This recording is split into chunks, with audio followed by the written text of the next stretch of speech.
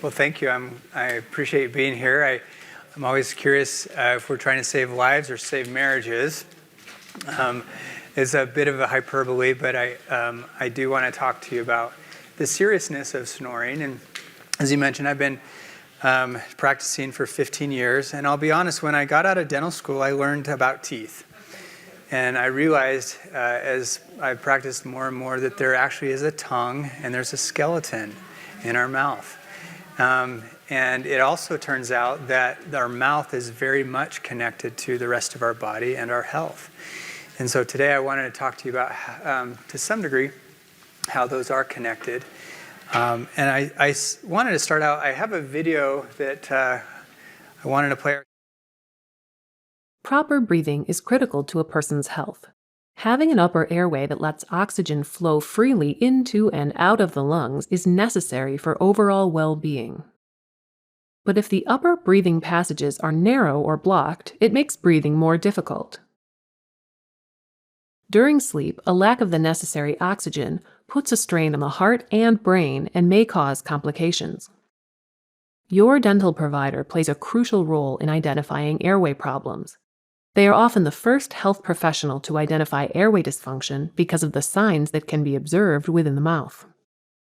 A person's airway may be restricted due to certain anatomic features, such as a small mouth or throat, overly large tonsils or adenoids, or an elongated uvula and soft palate.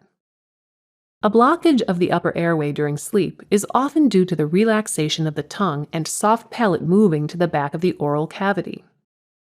The potential signs of a restricted airway include tooth grinding, tooth wear, tooth decay, having crowded teeth, nasal issues, obesity, mouth breathing, and snoring.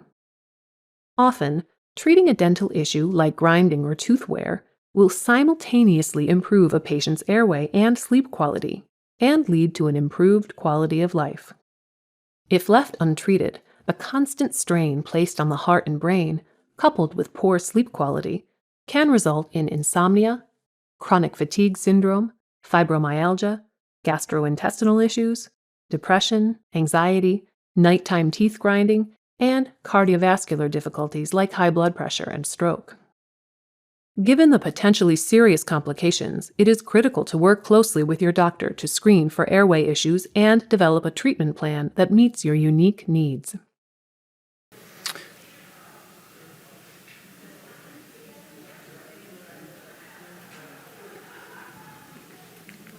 All right, so that was a lot of information in a very short amount of time. Snoring is it's a sign that there's an airflow restriction. There's vibration in the soft tissue. And so when I say it's a time bomb, I may be a little over dramatic, but if you were standing up and walking throughout the day and when you were breathing, there was airflow and you were snoring during the day because of this restriction, you would know that something's going on. It happens at night because everything relaxes, and so that restriction occurs.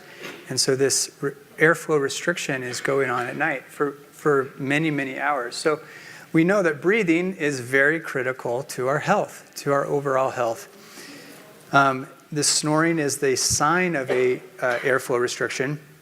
And this restricted oxygen then puts massive strain on our heart, on our brain, and really every other system in our body.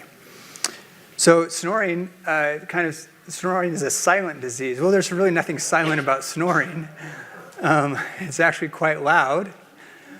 But the underlying conditions, the underlying health issues that are going on if you're not getting good oxygen is silent. Because there aren't any immediate consequences. You could be snoring for years and years and years and be, quote unquote, fine. But many of the other health issues, many other health conditions that are connected to not breathing then begin to manifest themselves.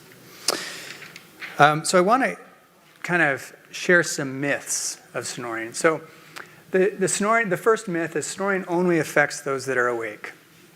So I hear this all the time. Right? I ask patients, I look in their mouth and there are signs in the mouth of someone who might be snoring, I'll just ask, are you snoring? And they're like, oh, I don't know, ask my wife.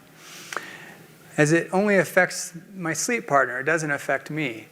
Well, that's a myth, because snoring does affect your health. And snoring is a serious health concern. Really, any form of labored breathing does affect our health. And so it not only affects our partner, but it affects us. So that's the first myth that I wanted to put to bed. I just came up with that. Put to bed. That's pretty good. Myth number 2. Snoring is an obesity problem. So snoring is an anatomical issue.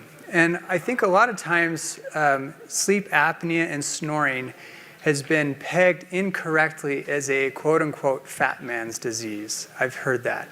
And that's absolutely incorrect. I have patients come in that are very young, fit athletes that have a narrow airway and have sleep apnea. It's absolutely an anatomical issue. Now, weight certainly is one variable that can affect our airway, but even very young, petite, old, it doesn't matter. It's an anatomical issue.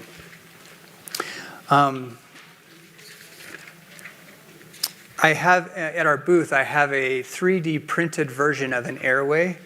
And just with airflow, if you have a small tube, all you have to do is open up that tube just a little bit to exponentially improve airflow, or vice versa.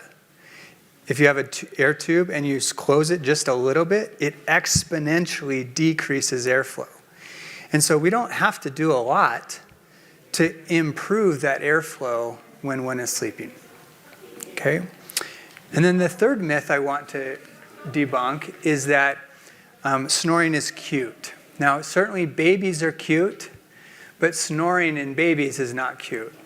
Snoring is, again, an indicator that they're not getting good air. And then that affects the growth and the development of everything in the body. Look at this baby, mouth is open, so mouth breathing. Now it's really easy to see that here in this baby, but we as adults mouth breathe all the time as well. Oftentimes it's a function of our tongue. So I mentioned that, I learned about teeth, but I actually didn't know anything about it. There's a tongue in our mouth, and the tongue affects the way we breathe. The tongue affects the way we sleep. The tongue affects our bite. And in babies especially, if we can help improve the breathing, we now improve the growth and the development of that individual. We reduce the need for orthodontic intervention as they grow older, and improve the total health of the individual. So does it really matter how we breathe? If you look at this individual, he's taking big, deep breaths through his nose, right? It's oxygen. What about this individual? He's taking deep breaths as well. It's oxygen. Is there a difference? What about this individual? He's breathing. All of these, breathing is not breathing is not breathing. That's the point I want to make. And so how we breathe affects every system in our body. So the nervous system is divided up into two general systems. We have a parasympathetic and a sympathetic. And the sympathetic nervous system is that fight or flight. Parasympathetic is that rest and digest. And so when we're taking big, deep breaths through our nose, we're really activating that parasympathetic system. When we're running and fleeing, we're activating that sympathetic nervous system. So if we're breathing in a manner that is constantly activating a sympathetic nervous system, and we're doing that at night, we're not getting good air. That puts strain on our heart. That puts strain on our mind. We're not even really getting the rest that we need for the time in which we need to do that. Over time, we're upregulating the sympathetic nervous system and living in a state of constant sympathetic drive. And so breathing at night is just as important as breathing during the day. Okay? Well, how do we manage some of that? Well, there's a lot of different things we can do, but the first thing I believe is recognizing that we're snoring or that we have some form of labored breathing at night. And that's really hard because we're sleeping. So we don't know.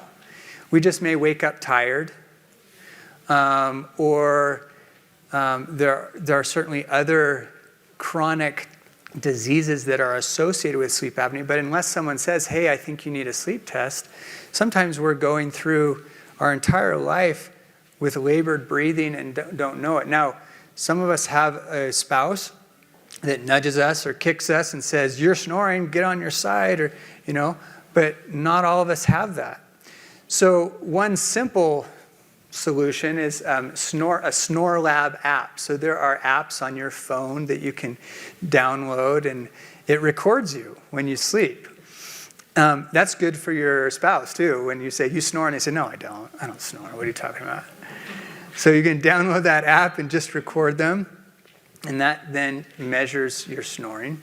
Now, that's a very low-tech way to kind of get a preliminary awareness if you're snoring or if you have some form of labored breathing. So I guess the first step is diagnosis, right? Nasal strips. So nasal strips open up the nasal passages. Nasal breathing is really that's where it's at. The more we can nasal breathe, that's where better health begins. Nasal breathing will filter the air. It releases nitric oxide, which is a powerful chemical in our bodies. When nitric oxide is released, what that does is it opens up our veins. It's a vasodilator. And so what does that do to our blood pressure? Well, that's going to lower our blood pressure. And so if we can lower our blood pressure just through good nasal breathing, then our body's doing that. So nasal strips essentially open up those passages. That's one way at night to kind of have a better awareness. You can do that and you'll wake up in the morning going, wow, I just feel different. I feel better. Well, it's because you've been able to breathe through your nose instead of your mouth. Mouth taping. So this is kind of a new trend. A little bit of medical tape just on your mouth here. Clean out your nose really good before you go to bed. Maybe take a hot shower and just blow everything out so that when you do mouth tape, you can breathe through your nose. Oral, a CPAP. So that's kind of been... Absolutely. Do both of them. CPAP has kind of been the answer that the medical field has had for someone with a sleep disordered breathing or sleep apnea. And in many cases, that is still very appropriate. There are oral appliances that can also be used that essentially move the lower jaw forward, open up the airway, and increase that passage. Again, I mentioned you don't have to increase the radius of that airway very much for exponential results. My oral myofunctional therapy. So this is a relatively new field. Essentially is a tongue therapist. So we have therapists for everything, and there's a tongue therapist. When the tongue is not resting on the roof of the mouth, you might ask yourself right now, where's my tongue? Some of you will say it's resting on the bottom of my mouth. Others will say it's resting on the roof of my mouth. If the tongue can't get to the roof of the mouth, then you're going to encourage the mouth breathing. So a tongue therapist is going to essentially help you train your tongue where to go so that it increases nasal breathing. And so again, that's a fairly new field. And then laser treatment, that's another way to help tone the soft tissue. and to help get improve the airway space. Now there are others.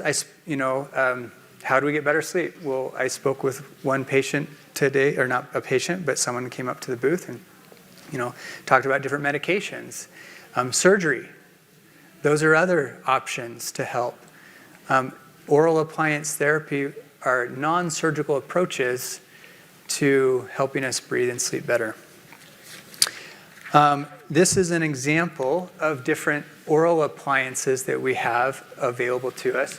So the top one is, it's a night guard.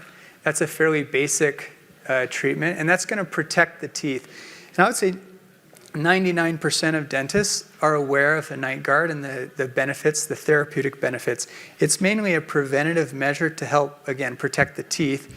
There may be some secondary benefit to your sleep, but that's not necessarily what it was designed for.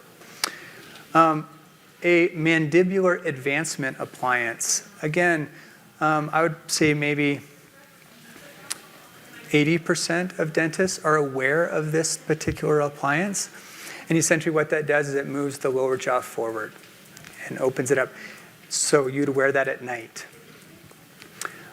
This is what's called a DNA appliance, and it's also a mandibular, or mRNA. So DNA stands for day-night appliance, and mRNA stands for mandibular repositioning nighttime appliance. Kind of a cool play on words. But essentially, you're wearing this during the day and night to remodel the upper jaw, similar to orthodontics, but it's removable. And what that does is it expands the upper jaw. So the roof of your mouth is also the base of your nose. And if we can expand the roof of your mouth, now we've also expanded the base of your nose and improve that airflow. And so this is an appliance that you would wear, again, night and day to help move things. And then finally, these appliances here are more for children. So I mentioned if we can help expand and help the development of children to their full potential, then we can eliminate many of these challenges as adults in the first place. And that's exciting. And so you have a vast circle of influence. I talked about save your life or your marriage. I also want to encourage you as you have your grandchildren, knowing that we can do things to help them as well. So we'd love to open it up to questions.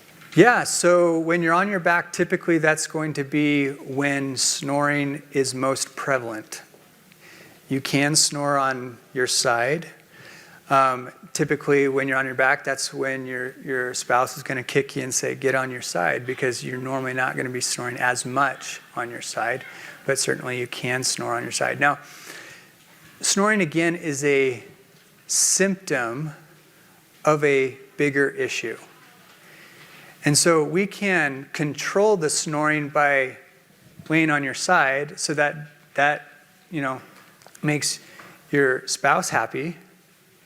But does it truly address the underlying root issue? Sleeping on your side would improve the snoring, typically, not always. Yes? Is the mandibular expander effective in older people? Yes. So